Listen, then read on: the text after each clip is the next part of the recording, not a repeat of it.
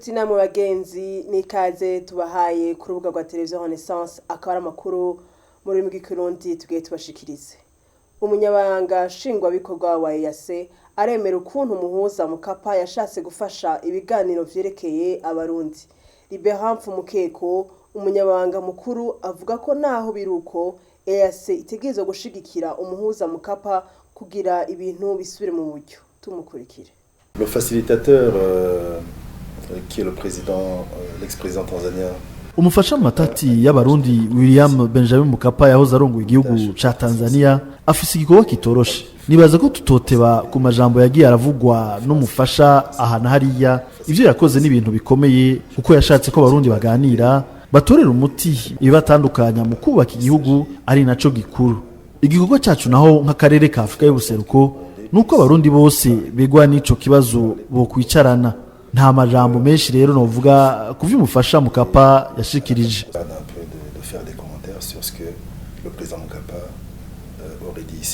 Mfumukeko akongera avuga ko umuntu wese yotegerezwa gushigikira ivyo biganiro kugira bishobore guhera vuba. Ko umuntu ategerezwa kwitanga wese muri ivyo biganiro. Tusubire tumukurikire Libera Mfumukeko. Je crois que maintenant avec le temps tout le monde a compris le rôle de la communauté africaine. Nibaza ko uruhara rwa Afrika y'ubuseruko rutanguye gutahurika. Umuntu agerageje kwihweza ingingo zafashwe ku Burundi n'inama nkuru y'umutekano y'ishirahamwe mpuzamakungu ONU. Uno munsi ibiganiro hagati y'abarundi bihagarikiwe n'akarere ka Afrika y'ubuseruko ari nako kabishizeho biciye ku bakuru b'ivyo bihugu. Muri ico gihe rero umuntu wese afise akazi kiwe.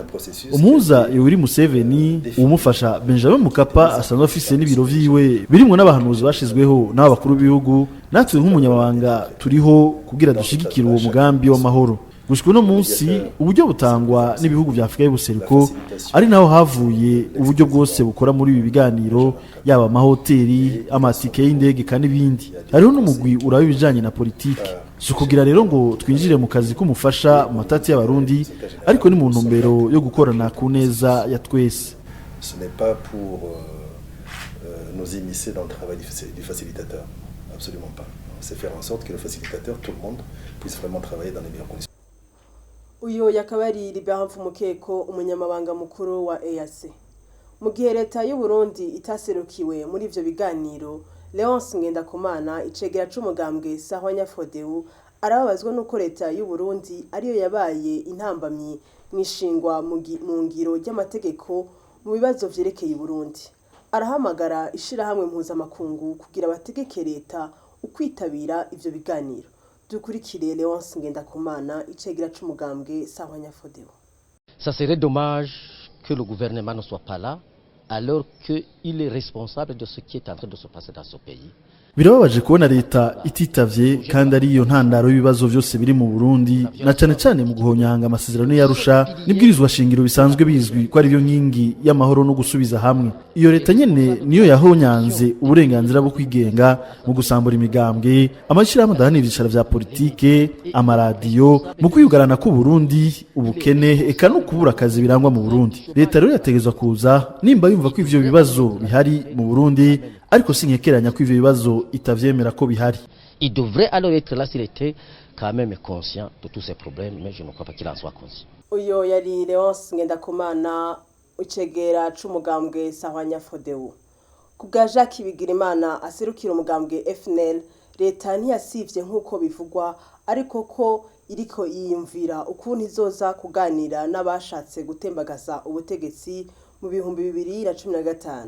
Akaba afise umwizero yuko leta y'u Burundi izoteba yitabire ivyo biganiro kugira batorere inyishu ku bibazo vyerekeye u Burundi. C'est trop tôt de dire que le gouvernement ne va pas venir.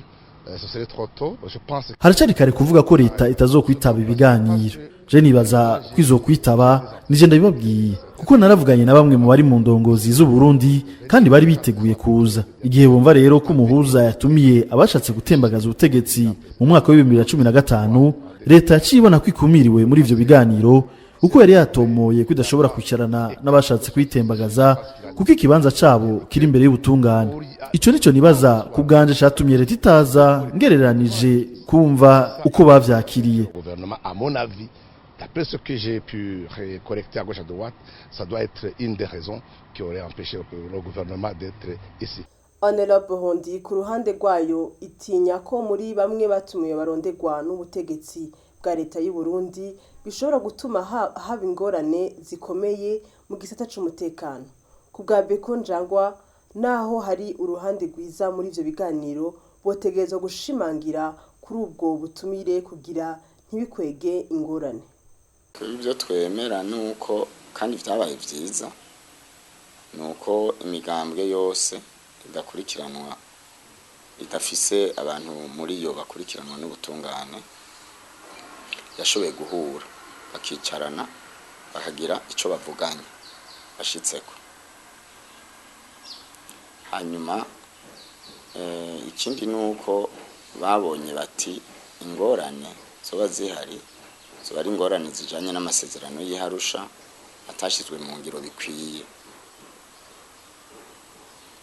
Mwibwirizwa nshingiro naho nyene hoba harimo ibintu bikwiye kuzohinduka, mugabo umuhuza akaba yavuze yuko bitohindurwa. Ivyo ni vyiza ko barose umwanya wo kwicarana bakabivugana, kuko naho umuhuza yavuze yuko ibwirizwa nshingiro bitohindurwa akongera akavuga ko amasezerano y'Arusha yokurikizwa, ivyo bazoronka umwanya wo gusubira kubivugana abantu bose batagirizwa n'ubutungane. Ivyo ni vyiza cyane. Rero twebwe muri Onerope ko ibiganiro bitarahera twokwizera yuko abantu bose badakurikiranwa n'ubutungane bazogira ico bashitseko kizofasha Burundi n'abarundi utsimbataza demokrasi nuko bumvikana yuko bavanwe n'ikintu cyari cyo cyose cotuma abarundi babandanya kujyana. Ico tubona kinyegeje mu mugabo kitavugwa, tubona ko hinyegejemwo kuzana ivyiyumviro bishobora gutuma abarundi bagira imishamirano, cyane cyane mu gutumira abo bantu bakurikiranwa n'ubutungane, bigatuma leta y'u Burundi ititaba ibiganiro, bikongera bigatuma leta y'u Burundi itemera gutanga ico kigongo c'agateganyo. Tukabona yuko mu gihe bariko basaba ikigongo c'agateganyo ko baba bariko barondera kuzana inteko zindi mu Burundi ngo zije gucungera abantu bakoze ibyaha bajya basabiwe. Uyu yari Beko Njangwa arongoye Onerope.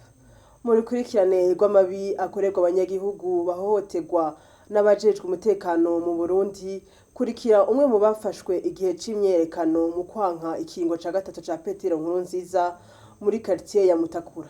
Yarakwiswe cyane n'abajejwe umutekano imbere yuko nabo bamushikiriza imbonerakure bari bamurindiriye mu biro vy'iperereza. Tumukurikire.